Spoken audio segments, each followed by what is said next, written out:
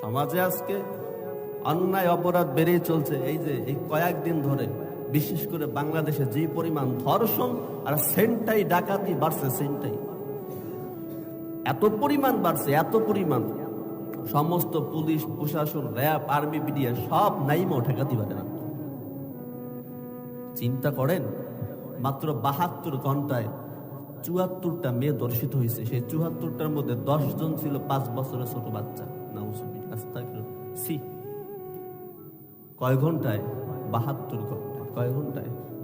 72 ঘন্টায় 74 জন মেয়ে ধর্ষিত হয়েছে। তার মধ্যে 10 জন কি ছোট বাচ্চা, 5 বছরের বাচ্চা, যাদের দিকে তাকাইলে মায়া লাগে, দিলটা কেঁপে ওঠে, মনে চাইতে মাথায় হাত দিয়ে আদর করি।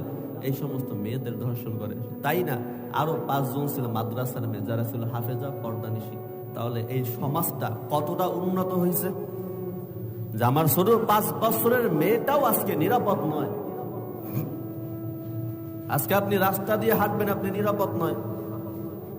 যেগুলা ধর্ষণ করে তারা বুক ফুলাইয়া হেঁটে বেড়ায়, আর আমার বোনগুলা বাড়িতে বসে কান্না করতে করতে মরে। কেউ তো আত্মহত্যাই করে। এটা কোনো নীতি না, এটা কোনো আইনি ব্যবস্থা না। যে ধর্ষণ করবে ইসলামের নিজে তারা সোজা মাটির নিচে গাড়ো, পাথর মেরে সবাই পিঠে মেটালো, এটা হল ইসলামের নীতি।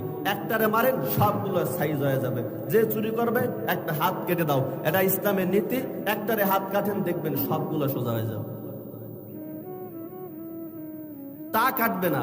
যে চুরি করবে তারা 2-3 দিনের মধ্যে জেলে ঢুকাই থুয়ে দেবে। ও মা, বাড়ি ঢুকছে চোরাইয়া, বাইরেছে ডাকাই দিয়ে। কি কথা কয় না? যে চোর আগে চুরি করতো, এখন বাইরে ডাকাতি করে। জেলের মধ্যে বসে এখন শাসন করছে না কোন মা পোলাও খারাইছে, হ্যাঁ হেরাই জানে হেলে।